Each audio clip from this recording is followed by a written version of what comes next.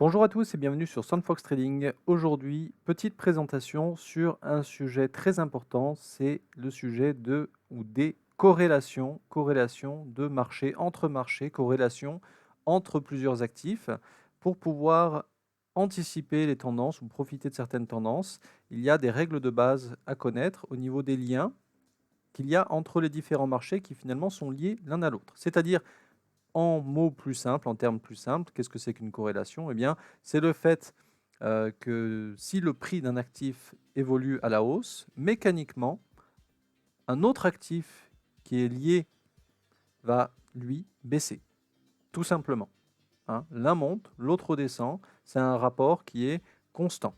On appelle ça une corrélation qui est positive.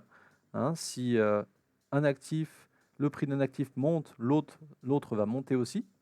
Et une corrélation qui est négative si un actif monte, le prix d'un actif monte et l'autre va descendre. Alors, qu'est-ce qu'on peut retenir comme corrélations qui sont essentielles? Eh bien, pour commencer, puisqu'on est en plein dedans, on est quelques mois après la première vague de coronavirus qui a frappé le monde et toutes les économies mondiales, on a vu bien sûr une ascension exceptionnelle des cours de l'or. Donc ça, c'est à retenir sur la plupart des situations de crise, c'est qu'il y a mécaniquement un repli vers les valeurs qui sont refuges. Les valeurs refuges comme l'or, bon ici on est en H4, on va se mettre en weekly pour bien voir, l'or qui a atteint des niveaux qui sont records. Eh bien, lorsque le marché action va baisser, d'une manière générale, ça va booster les valeurs refuges. Alors, qu'est-ce qu'il peut y avoir comme valeur refuge? Hein, donc, si on parle d'un effondrement, c'est ce qui s'est passé à partir de fin février 2020 à cause du coronavirus, des bourses et des indices, indices européens, indices américains, et puis avant ça, bien sûr, les indices asiatiques. Eh bien, on a un repli des investisseurs ou des opérateurs ou des épargnants ou des entreprises sur les valeurs qui sont refuges, comme l'or, hein, qui est très prisé depuis très longtemps hein, pour sa capacité à être échangé en tant que valeur qui est fiable. Hein. D'ailleurs, le cours de l'or a battu des records qui sont absolument historiques, puisqu'il a encore dépassé son plus haut historique au-delà de 2000 dollars l'once il y a encore une semaine. Il y a également, d'une manière générale aussi, l'argent, puisque l'argent a systématiquement tendance à répliquer le cours de l'or. Hein. Il va suivre la même tendance. Hein. Ça se voit aussi puisqu'on a atteint les mêmes records sur le niveau de l'argent si on regarde le niveau de l'or. Ça se voit tout de suite d'un seul coup d'œil.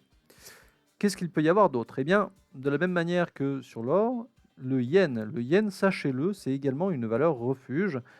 Si le marché action se porte mal ou dégringole, eh bien, il y aura une probabilité plus élevée pour que le marché du yen, la valeur du yen se renforce, la devise japonaise. On continue avec toujours ce même cas de figure. Si le marché des actions dégringole, on aura également une hausse mécanique des valeurs refuges comme le Bund à 10 ans. Qu'est-ce que c'est que le Bund à 10 ans? C'est l'obligation d'État allemande à 10 ans. Ou encore le T-Note, que vous voyez ici. Le T-Note, c'est quoi? Eh bien, c'est le bon du trésor américain pour la même période, c'est-à-dire 10 ans. Et vous le voyez, c'est très net visuellement. Depuis la crise du coronavirus qui est fin février, c'est ici, hein, c'est aux alentours du 20, entre le 20 et le 24 que les marchés actions se sont totalement effondrés. On a eu une hausse fulgurante du cours du prix du T-Note. Si on regarde sur le Bund, l'indice allemand, on va faire exactement le même constat. Ici, à partir de, ça a été un petit peu plus tardif, hein, à partir de fin mars, on est quand même passé de 169 euros de valeur à 176 euros.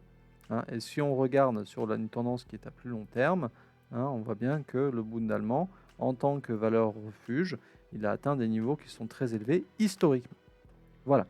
Ça, vous pouvez le retenir, ça sera vrai sur tous les cas de figure. Que peut-on dire d'autre comme autre exemple de corrélation? Eh bien, il y en a un qui est très facile, qui fait partie de l'académie des traders, je vais dire. c'est la corrélation entre le dollar australien, qui s'appelle AUD, et par exemple le silver, le cours du minerai de fer.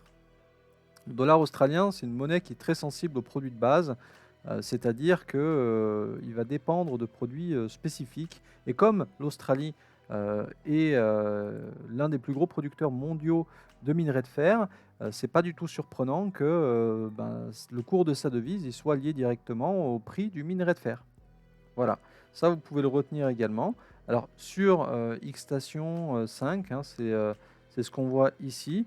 Euh, Comment est-ce que vous pouvez identifier, comparer deux prix d'actifs? En cliquant tout simplement sur ce petit pictogramme et en ajoutant le nom de l'actif que vous souhaitez. Hein, donc, par exemple, ici, on va mettre AUD contre le dollar. Voilà. Sur l'or, alors ça c'est aussi vrai, j'ai oublié de le dire pour les matières premières. D'une manière générale, toutes les matières premières sont tradées en dollars, ce qui fait qu'il y a une corrélation négative entre beaucoup de matières premières et le dollar. Donc, on va prendre l'exemple. Il y a une corrélation négative, ça veut dire que si le dollar s'effondre, le prix des matières premières va avoir tendance à augmenter. Si le dollar augmente très fort, le prix des matières premières va avoir tendance à baisser. Retenez ça aussi, ça pourra sans doute vous servir. D'autres corrélations dont on peut parler, eh bien, c'est par exemple la devise néo-zélandaise, hein, le dollar néo-zélandais qui est lié, lui, au cours des produits laitiers. Alors, c'est pas que le lait soit un produit de base, c'est pas ça du tout, mais c'est pas que le lait soit vital hein, au niveau des transactions, c'est pas indispensable pour vivre, même au niveau des marchés. Euh, mais on pourrait dire que du coup, comme la Nouvelle-Zélande, c'est une des plus grandes exportatrices mondiales de lait, son économie dépend énormément des rentrées d'argent ou des pertes d'argent qui vont être liées à ces échanges sur le lait. C'est aussi bête que ça, hein, mais une fois que vous l'avez compris, bien sûr, il n'y a plus de problème. Donc, on prend un autre grand classique. Ici, on est sur le gold. On va prendre l'exemple ici du dollar index comparé au prix de l'or. Et qu'est-ce que vous voyez?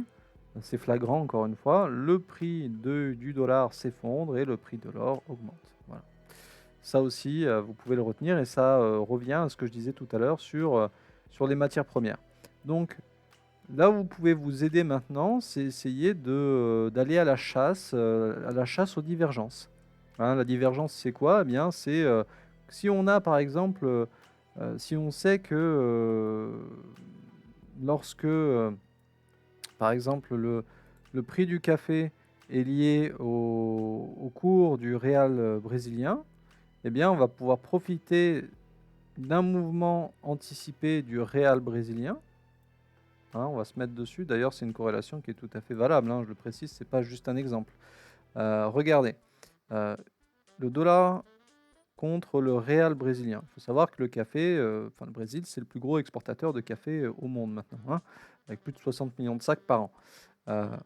On va observer la tendance du réal brésilien parce que ici, on est sur dollar contre réal, donc plus le cours augmente, plus le réal brésilien sera bas.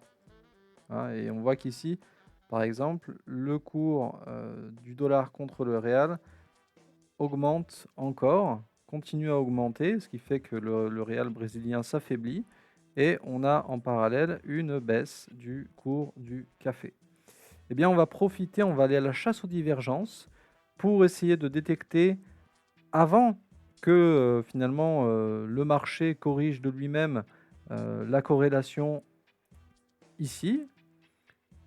On va profiter de cette annonce ici. Mettons que on voit que le réal brésilien s'effondre, mais pas encore le cours du café. Eh bien, on va se dire mécaniquement le cours du café va finir par baisser à cause de l'affaiblissement du réal brésilien, et donc on va peut-être pouvoir rentrer sur le marché avant pour pouvoir augmenter les probabilités de succès et puis de rendement encore plus élevés, puisqu'on va arriver avant les autres sur le marché en short en profitant de cette opportunité.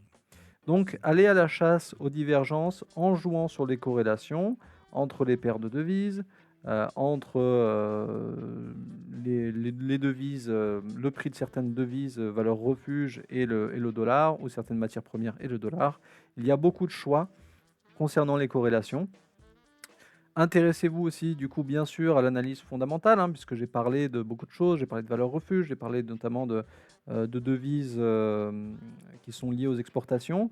Ça vous obligera à passer par du fondamental pour pouvoir trader sur du moyen terme les corrélations. En tout cas, j'espère que j'ai été clair. J'ai essayé de faire le plus court et le plus concis possible. C'est pas forcément évident d'expliquer des choses complexes en peu de mots et en peu de temps. Mais on pourra approfondir les sujets dans une autre présentation. J'espère que j'ai répondu à vos questions. Il y aura d'autres vidéos, bien sûr. D'ici là, bon trading et à très bientôt.